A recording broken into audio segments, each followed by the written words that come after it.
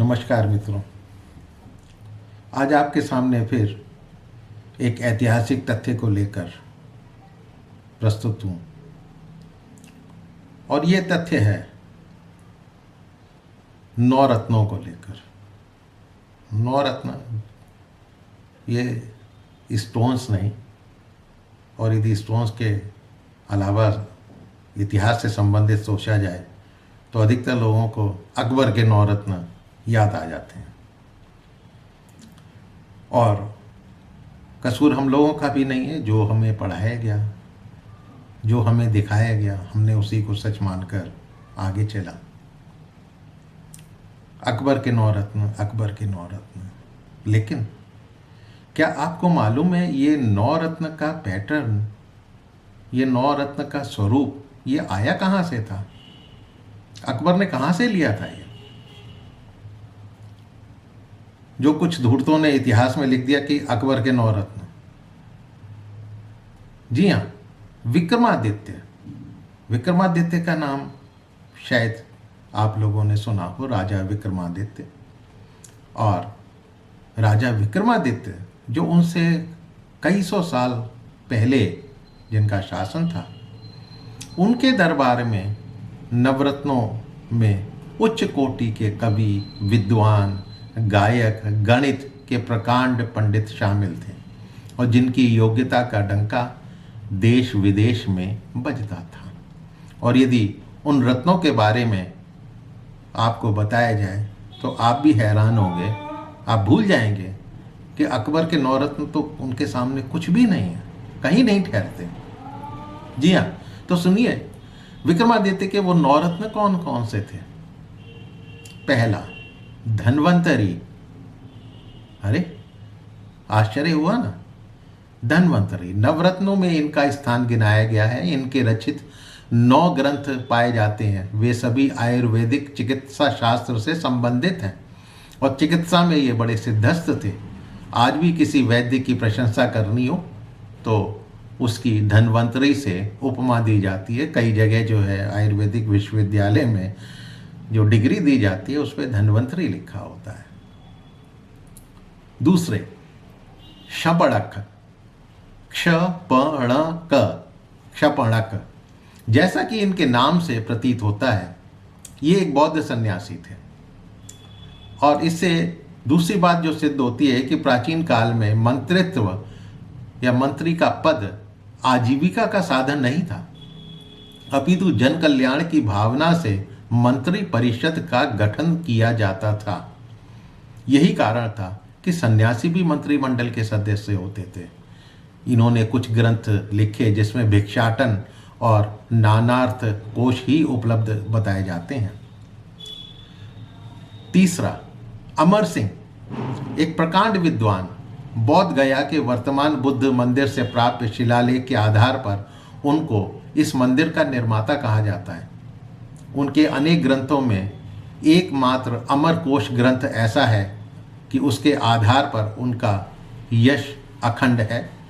और संस्कृतज्ञों में एक उक्ति चरितार्थ है जिसका अर्थ है कि अष्टाध्यायी पंडितों की माता है और अमर कोश पंडितों का पिता। अर्थात यदि कोई अष्टाध्यायी और अमर कोश पढ़ ले तो वो महान पंडित बन जाता है। ऐसे थे अमर सिंह। 4, इनका पूरा नाम शंकुक है या शंकुक के नाम से भी पुकारा जाता है। एक ही काव्य ग्रंथ इनका भुवना भयुदयम बहुत प्रसिद्ध रहा है। भुवना भयुदयम, किंतु आज भी वो पुरातत्व का विषय बना हुआ है और इनको संस्कृत का प्रकांड विद्वान माना जाता है। 5वां, वेताल भट्ट। विक्रम और वेताल की कहानी तो जगत प्रसिद्ध है। वेताल पंचविंशति के रचयिता यही थे, वेताल भट्ट।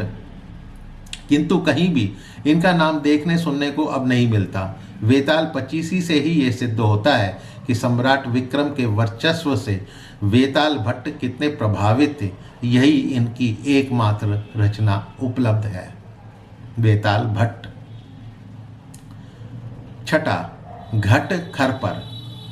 जो संस्कृत जानते हैं वो समझ सकते हैं कि घट खर पर किसी व्यक्ति का नाम नहीं हो सकता, इनका भी वास्तविक नाम ये नहीं है। मान्यता है कि इनकी प्रतिज्ञा थी कि जो कवि अनुप्रास और यमक अलंकार में इनको पराजित कर देगा, उनके यहाँ वे फूटे घड़े से पानी भरेंगे। तब से ही इनका नाम घट खर पर प्रसिद्ध हो गया और वास्तविक नाम लुप्त हो गया। इनकी रचना का नाम भी घट खर पर काव्यम ही है। यमक और अनुप्रास अलंकार का ये अनुपमेय ग्रंथ कहलाता है। इसका एक ग्रंथ नीतिसार के नाम से भी प्राप्त होता है। 7वां, कालिदास। कालिदास के बारे में तो आपने सुना ही होगा। माना जाता है कि कालिदास विक्रमादित्य के प्राण प्रिय कवि थे। उन्होंने भी अपने ग्रंथों में विक्रम के व्यक्तित्व का उज्जवल स्वरूप निरूपित किया है। कालिदास की कथा विचित्र है। कहा जाता है कि उनको देवी काली की कृपा से विद्या प्राप्त हुई थी, इसलिए उनका नाम कालिदास पड़ गया। संस्कृत व्याकरण की दृष्टि से ये कालिदास होना चाहिए था, किंतु अपवाद के रूप में कालिदास की प्रतिभा को देखकर उसमें उसी प्रकार परिवर्तन नहीं किया कि जिस प्रकार कि विश्वामित्र को उस रूप में रखा गया। जो हो, कालिदास की विद्वता और काव्य प्रतिभा के बारे में कोई दो मत नहीं है।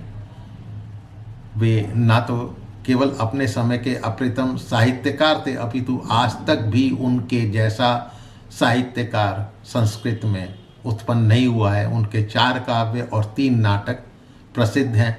शकुंतला उनकी सबसे बेहतरीन कृति मानी जाती है, सबसे उत्तम कृति मानी जाती है। 8वें, वराह मिहिर। भारतीय ज्योतिष शास्त्र, इनका उसमें बहुत योगदान रहा है और भारतीय ज्योतिष शास्त्र के ये गौरव है। अनेक ग्रंथों का इन्होंने रचना करी है। इसमें बृहद जातक, सूर्य सिद्धांत, बृहस्पति संहिता, पंच सिद्धांति मुख्य हैं। गणक तरंगिणी, लघु जातक, समाज संहिता, विवाह पटल, योग आत्रा आदि भी इन्होंने ही लिखे हुए हैं, वराह मिहिर ने। 9वें, वर रुचि। कालिदास की भांति वर रुचि भी अन्यतम काव्यकर्ताओं में गिने जाते हैं।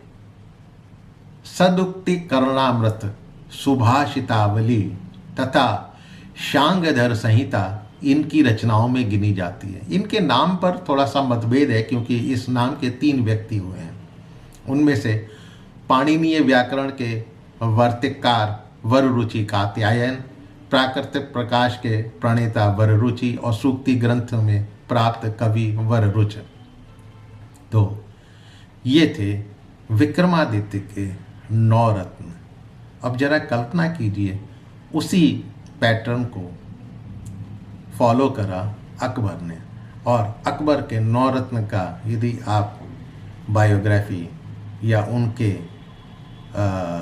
योगदान को आप इनके सामने तुलनात्मक अध्ययन करने की चेष्टा करेंगे तो आप उनको कहीं भी नहीं ठहरा पाएंगे। वो इनके सामने कुछ भी नहीं थे।